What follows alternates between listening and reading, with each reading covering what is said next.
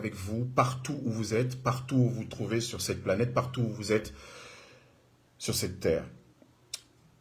Mon nom est Munde Dimbam et je suis un Africain du Cameroun, encore plus fier puisque je viens de vous proposer au début de cette vidéo en direct une ode au talent, une ode à la virtuosité, une ode au patrimoine musical culturel africain. Cette ode, elle porte la marque d'une fille et d'une enfant du Cameroun qui nous a quittés il y a un mois.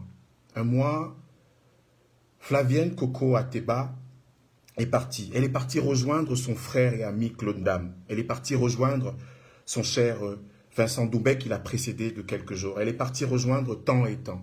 Et Boileautin, elle est partie rejoindre ceux qui lui ont donné la sève, inspiré cette façon particulière, unique de jouer la guitare.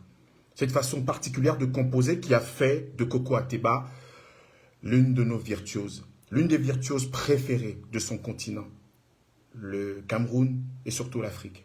C'est en 1986 que cet enfant s'extrait comme un poussin d'un œuf après avoir été couvé, je l'ai dit tout à l'heure, par des grands, par ces sources, ces sanagas, ces nouns, ces nions qui sont les affluents du talent, qui sont les affluents de la virtuosité, qui sont les affluents du génie culturel et musical camerounais. Coco Ateba faisait partie de cette lignée qui a choisi de faire la musique, ce que les cigales en font pendant l'été, une déclamation, un moment d'esthétique, un moment de sublimation, mais aussi ce que les fourmis en font, quelque chose qui transporte, quelque chose qui porte. Son ami Claude Ndam, dans son deuxième album, puisque son premier album c'était en 1990, avec la marque d'Étienne Bapet, de Mokhtar Samb et de bien d'autres, dans son deuxième album, faisait une célébration de la fourmi, qu'il n'oppose pas à la cigale. Il parlait de ces fourmis. Il disait dans sa langue bamoun, la langue bamoun qui est celle de l'Ouest Cameroun, celle des Grassfields, celle qui est proche du Babalan, du Banengo, du Medjumba. Il disait il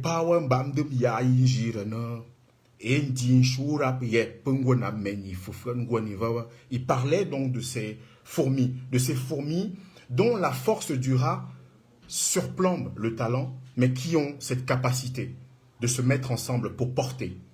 Et c'est de cette manière que Coco Ateba, Claude Ndam et bien d'autres se sont mis ensemble au milieu des années 80. Ce sont des enfants qui, dans les années 70, ont commencé à apprendre la guitare. Ont commencé à s'inspirer des Elvis Kemayo, des Boileautin, des Cambi Briand et bien d'autres. Ils ont trouvé leur voie entre Makossa, Bikuti et folk. Oui, la folk. La folk qui s'inspirait donc le Modjomo Som, celui qui nous avait dit qu'on peut faire de la siko Makossa avec le mvet de ses pères, en pays fan. Là-bas, ce qu'on a appelé les Paouins, en Guinée équatoriale, au nord du Gabon ou dans le sud du Cameroun, chez les Ntoumou, chez les Mvelé, chez les Fans, chez les Fonds, oui, chez Coco Ateba à Zouaïtélé où elle est enterrée. 1986 donc, et 1994, où elle a admirablement interprété, aux côtés d'Henri Ndior, aux côtés de Douleur, aux côtés de Ben Deka, aux côtés de Diane Solo, ce magnifique projet Camerloc porté par notre cher Guy Bilon. Elle est partie, mais comme disait Bernard Daldier, elle ne s'envole pas. Elle est partie, mais comme disait Bernard Daldier, elle coule dans tous les fleuves, dans ces fleuves qui irriguent le Cameroun. Elle coule dans le Nion, elle coule dans le Noun, elle coule dans le Mbam. Oui, Coco Ateba ne nous quittera pas. Cette chanson, en ouverture, était Taxi. Comme Talk, comme Nelson Mandela. Oui, Nelson Mandela, ces chansons d'engagement. J'ai voulu ouvrir cette vidéo en direct à travers cet hommage sincère, puissant à une amie, à une sœur. Oui, je ne l'aurais pas connue que je l'aurais célébrée. Je n'aurais pas fréquenté Coco Ateba que je l'aurais déclamé. Je ne l'aurais pas en admiration que j'aurais marqué un point, un temps d'honneur à dire avec quelle frénésie, avec quelle virtuosité, avec quelle densité, avec quelle profondeur elle a donné à son pays, le Cameroun, des lettres de noblesse. Elle a contribué à tresser cette couronne des aèdes, tresser cette couronne des virtuoses, tresser cette couronne de ceux qui sont parfois moqués. Et Coco Ateba aussi, c'était une personne qui s'engageait. Coco Ateba, c'était une personne lors de l'affaire Vanessa Tchatchou qui s'était engagée pour que la vérité soit faite, soit dite. Coco Ateba aussi, c'était une engagée des causes sociales. Coco Ateba aussi, celle à la fois qui a subi le martyre, mais qui a refusé d'avoir du ressentiment, qui a subi le martyre, mais qui a refusé d'entretenir la moindre haine, qui a subi le martyre, mais qui a refusé d'être celle qui porte le glaive, celle qui est une adepte du sang pour le sang. Celle qui est une adepte de l'œil pour l'œil, c'est loi du talion qui enferme, qui enserre les cœurs. Coco Ateba s'engageait donc. Et cette année 2025, c'est une année d'engagement. Une année d'engagement pour un pays, le Cameroun, un pays qui se cherche, un pays qui aurait pu émerger, un pays qui avait toutes les substances, tout le capital humain, tous les capitaux pour décoller. Mais un pays dont on s'interroge de savoir pourquoi, qu'est-ce qui ne va pas. Est-ce l'exorcisation d'une forme de malédiction qu'il faut faire? Est-ce effectivement une interrogation, un regard en soi et pour soi que les Camerounais devraient faire? Un miroir sur lequel les Camerounais devraient se regarder. Cette année, c'est une année d'engagement. Et vous savez, depuis que je me suis inscrit dans la dynamique citoyenne, je n'ai jamais failli à prendre mes positions, à défendre ces convictions fortes. Ces convictions fortes qui sont celles d'un citoyen qui pense que, et je l'ai lu encore dans l'urgence de la pensée ce matin de Maurice Kamto, prendre les bastilles qui peuplent nos têtes, car nous sommes les propres fossoyeurs de nos espérances. Prendre les bastilles qui peuplent nos têtes, car nous sommes les fossoyeurs de nos propres espérances. Eh bien, cette année, il va falloir choisir, être ferme, clair sur les choix. Moi, j'ai choisi un Cameroun qui fait sa synthèse. Moi, j'ai choisi un Cameroun où on n'est pas juxtaposé en tant que communauté. Moi, j'ai choisi un Cameroun, et je vous disais tout à l'heure, quand j'ai parlé de la langue Bamoun, du Medjumba, du Babalang, du Banengo, je vous disais que le Cameroun qui est le mien a toujours été une Afrique qui s'incarne au Cameroun. Ce n'est pas une juxtaposition de communautés, de personnes qui sont dans leur registre communautaire, qu'on va juxtaposer et qui vont être gouvernées en fonction de leur communauté. Elle peut être minoritaire, ultra minoritaire même cette position, mais c'est la mienne. Et c'est le sens de ce que j'ai compris, du combat, de l'engagement d'un certain nombre d'acteurs politiques au Cameroun, où il faut, dans la mentalité des Camerounais, planter les graines de la citoyenneté, pour que chacune et chacun des Camerounais ne se sente pas simplement habitants, mais citoyens de son pays. J'ai toujours défendu ce credo, citoyen de son pays, capacité à choisir, ne être le sujet de personne, n'être assujetti à personne, faire des choix, que personne ne pose son pied sur vos têtes, que personne ne vous piétine, que personne ne vous écrase, que vous ayez la capacité à lever la tête en tant que citoyen. Respectez l'autorité traditionnelle, respectez les autorités, respectez les gouvernants, mais ne jamais courber et plier les chines. Ne jamais se laisser piétiner et marcher dessus. Il y a donc des acteurs politiques, des figures dans notre pays qui nous ont appris cela, qui nous ont appris à ne pas courber les chines, qui nous ont appris, comme récemment avec cette action que j'ai soutenue pleinement du MRC et d'autres acteurs politiques camerounais, qui ont dit qu'il fallait simplement saisir le Conseil constitutionnel pour faire avancer cette culture juridique et citoyenne. Oui, un citoyen, c'est celui qui s'arme des éléments de la loi. Parce que ce que les Allemands avaient appelé le Rechtsstaat, ce qu'on avait appelé dans la charte du Mandé, la première charte des droits de l'homme, tout homme est homme et tout homme a droit, effectivement, à sa propre vertu, à sa dignité, c'est la capacité à interroger la loi pour que la loi arrête la loi, pour que le pouvoir arrête le pouvoir. Et c'est cela. Aller devant le Conseil constitutionnel, ce n'est pas une farce, ce n'est pas une parodie, ce n'est pas une promenade de santé.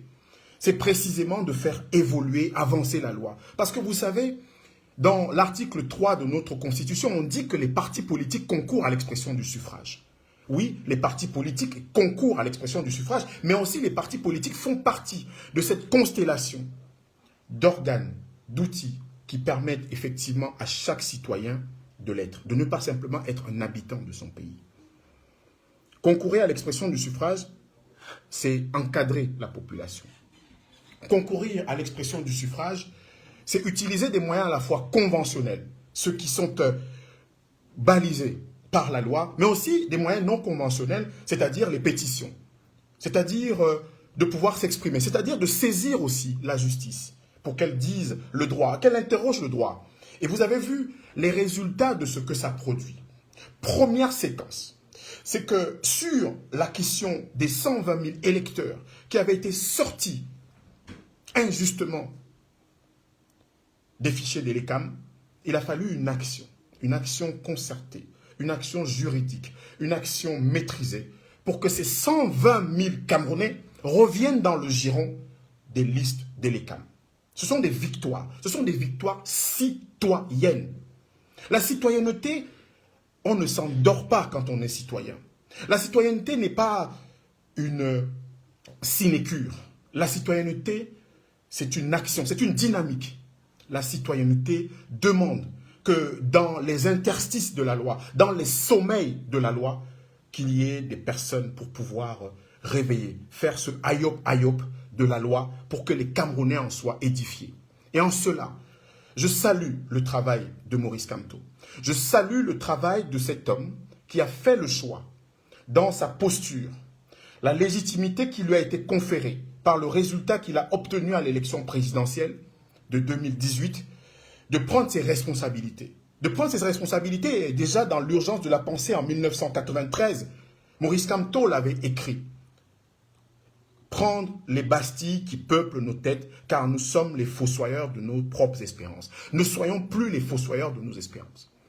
Et je salue ici le travail d'autres acteurs politiques, d'autres acteurs citoyens, Alice Com, et bien d'autres, ceux qui peuvent être en accord ou en désaccord avec ceux que j'ai cités tout à l'heure, ceux qui pensent qu'il est important et nécessaire de faire un travail patient, un travail ardu, un travail qui permette à chacune et à chacun des Camerounais de se dire « Je ne suis le sujet de personne, je ne suis assujetti à personne, je suis un citoyen dans le respect des lois qui pense que le Conseil constitutionnel n'est pas un totem, que le Conseil constitutionnel n'est pas une forteresse, que le Conseil constitutionnel n'est pas une tour d'ivoire, qu'on peut l'interroger, qui pense que l'ECAM, effectivement, est une instance qui peut être améliorée, dans une dimension améliorative de notre démocratie, dans une dimension améliorative, c'est-à-dire qu'on améliore continuellement,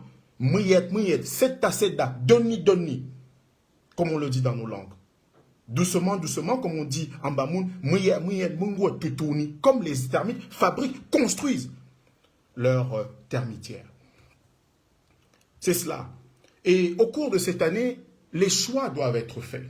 Le choix du Cameroun, je l'ai dit clairement et nettement. Je ne suis pas un Africain du Cameroun qui veut être considéré dans l'espace public simplement comme Bamoun. Non, je le refuse totalement. Les strates, les composantes de notre identité sont multiples.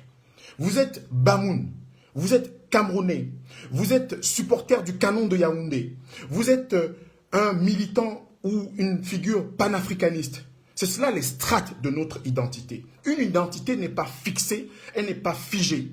On ne peut pas simplement parce qu'on est Bassa, parce qu'on est Bamileke, parce qu'on est Douala, vous assigner à résidence et vous gouverner comme tel. À titre personnel, je le refuse. Je ne l'ai jamais admis. J'ai toujours admis que, étant né à Yaoundé, à Angola, à Tinga, près de la briqueterie à Yaoundé, je fais pleinement partie de cet espace, de cet univers. J'ai toujours considéré tout à l'heure qu'en écoutant Nomouam, que mon mari, mon chéri est un taxi en langue Ewondo pure de Koko Ateba, que je ne suis pas étranger à cette langue, que je ne suis pas étranger à cette culture. Pourquoi des Africains du Cameroun viennent prendre des nationalités suisses, allemandes, russes, mais dans leur pays sont assignés à résidence pour leur bamounité, pour leur sawanité, pour leur bassaïté? Nous le refusons. On ne peut pas communautariser les communautés pour les gouverner comme telles. Et c'est ce débat de fond que nous devons avoir. Ce débat de fond dans la pragmatique d'une mise en commun des forces de l'opposition, ce débat de fond dans la vision du Cameroun prochain, ce débat de fond dans les questions qui sont celles généralement de l'intégration, puisque une des solutions trouvées sur la crise dans le Nord-Ouest Sud-Est, c'était de mettre en place une commission nationale sur le bilinguisme et le multiculturalisme. Ce sont ces questions qu'il faut adresser. Je suis lecteur d'un ouvrage très important que les Camerounais devraient lire. Ce sont les conclusions du colloque de 1985 sur l'identité culturelle camerounaise.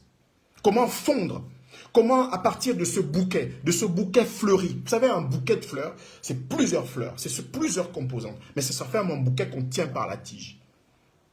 Cette tige qu'on tient,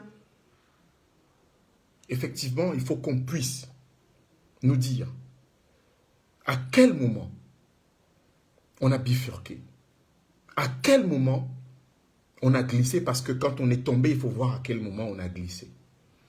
Et ce débat, j'entends pleinement y prendre toute ma part, avec toutes les ressources, tout ce que m'ont apporté mon pays natal, mon continent, l'Afrique, et les voyages, ce qui, comme Ulysse disait, Homère disait, forment la jeunesse. Nous devons refuser d'être considérés par une essentialisation. Nous devons refuser d'être considérés par une assignation à résidence. Nous devons refuser d'être considérés uniquement par notre cordon ombilical, notre nombril de naissance. Parce qu'un homme, c'est complexe. Un homme, ce sont des strates. Aujourd'hui, vous avez des Camerounais qui ont choisi d'être de différentes obédiences. Ils ne sont donc pas que dans leur ethnie, dans leur tribu. Ils ont une identité qui a plusieurs couches et plusieurs épaisseurs. Vous avez des Camerounais qui sont nés dans plusieurs parties de notre pays, qui, au gré des voyages, au gré des affectations parentales, au gré de leur nomadisme pour la vie, se sont installés en différents endroits de notre pays et qui font partie de ces endroits-là. Comme je vois des Camerounais qui sont ici en France propriétaires de leur logement, qui sont maires, qui sont adjoints aux maires, dont les enfants sont français. Regardez Tchouaméni, regardez Mbappé, qui font la fierté de la France. Ce sont des enfants qui portent des noms purement et authentiquement de chez nous. Mais ils sont d'un pays qu'on appelle la France. C'est une part de leur identité. La complexité de ce monde n'autorise plus les assignations à résidence. Sous le pragmatisme et la volonté d'un certain nombre de personnes d'accéder au pouvoir, de se maintenir au pouvoir ou de diriger le Camerounais comme tel, on nous maintient dans des bocaux ethniques et tribaux. Il faut une langue. Il faut choisir des langues. Il faut choisir des langues officielles au Cameroun. La langue Douala, la langue Fufulde, la langue Ewondo. Oui, moi, rien ne me gênerait que quand en Camerounais, qu'on se dise, voilà nos langues. Voilà nos langues. Pourquoi les missionnaires ont compris l'importance des langues? Regardez le Mongo Ewondo. Il est parlé dans l'ensemble du sud, du centre du Cameroun et l'est du Cameroun. C'est par le fait des missionnaires. Ils ont traduit la Bible dans ces langues. Regardez le Medjumba, regardez le Féfé. Le Féfé qui sont des variantes d'un même ensemble linguistique. Le Féfé qui est parlé dans le Onkam et le Medjumba dans le Ndé. Et Medjumba qui a une proximité linguistique, la même morphologie, la même intonation que la langue Bamoun, le Banengo, le Babalan, celle qu'on parle à Balignonga par exemple dans le nord-ouest du Cameroun. Ce qu'on a appelé les Grassfields. C'est cela. C'est cela qu'il faut dire. Et j'ai choisi cette première vidéo de l'année. Je vous avais dit dans mon message de retour sur les réseaux sociaux, d'une part que je remerciais l'ensemble de ceux qui ont été à mes côtés, ceux qui m'ont apporté un soutien de multiples formes quand j'ai connu des problèmes de santé. De ceux qui ont été à mes côtés, qui n'ont pas cessé, ni par un appel, ni par une aide quelconque, d'être à mes côtés. Et je vous avais dit qu'une plateforme, parce que le travail de consultant, de formateur et de journaliste que je fais demande à ce que, aujourd'hui, dans la floraison, la pluralité, l'obésité de l'information, qu'on y donne du sens, qu'on hiérarchise et qu'on contribue effectivement à faire de ce flot d'informations quelque chose qui ait du sens. Eh bien, en y prenant toute ma part, j'ai fait le choix de mettre en place une plateforme qui sera disponible dès le mois de février, une plateforme qui adressera des questions à la fois géopolitiques, politiques, culturelles et économiques. Et avec un accent sur la spécialisation qui est la mienne, que j'ai choisi d'embrasser depuis un certain nombre d'années, l'Afrique et les enjeux de l'espace, puisque aujourd'hui, vous avez une 50aine de satellites africains qui sont dans l'espace, vous avez une 20aine d'agences spatiales africaines, et vous avez en avril prochain, autant pour moi, l'inauguration de l'agence spatiale africaine au Caire, où nous serons présents pour le deuxième forum sur le New Space, c'est-à-dire les nouvelles tendances du spatial qui intègrent la dimension économique avec la mise en avant du secteur privé dans le domaine spatial. Eh bien, cette plateforme s'y consacrera. Il y a un magazine qui a sorti au Africa, dont j'ai eu le privilège de lancer le premier numéro il y a quelque temps et que vous aurez l'occasion de découvrir. À côté de cela, il y aura un engagement clair, net et précis de ma modeste personne sur les questions essentielles, sur les questions clés, les questions majeures, les questions structurantes qui vont guider l'élection présidentielle 2025 au Cameroun. J'y prendrai toute ma part, je ne me défausserai pas, car je ne me suis jamais défaussé sur ces questions. J'ai voulu partager ce moment avec vous, ce moment qui a été ouvert par l'hommage à Koko Ateba, notre cher et ami Koko Ateba. Et j'ai voulu également que un certain nombre d'entre nous, que vous partagiez avec moi la peine et le chagrin à la fois de sa famille, mais aussi de son fils James Ateba, à qui j'adresse mes sincères condoléances. Je vais terminer cette vidéo en direct par une autre chanson de Koko Ateba, qui est une chanson Weli Sané. Weli Sané, c'est une ode à la patience. Weli Sané, c'est une ode à l'humanité. Weli Sané, c'est un travail qui avait été mené sous la direction de l'auteur-compositeur qui était celui de ce projet, Guy Bilon. Il a voulu, à travers ce projet Camerlog, réunir des stars, des figures, des vedettes. Arinjo, Douleur, Diane Solo, Koko Ateba, Bendeka et bien d'autres. Et dans cette chanson, Koko Ateba parle de ce qui parfois nous fait défaut.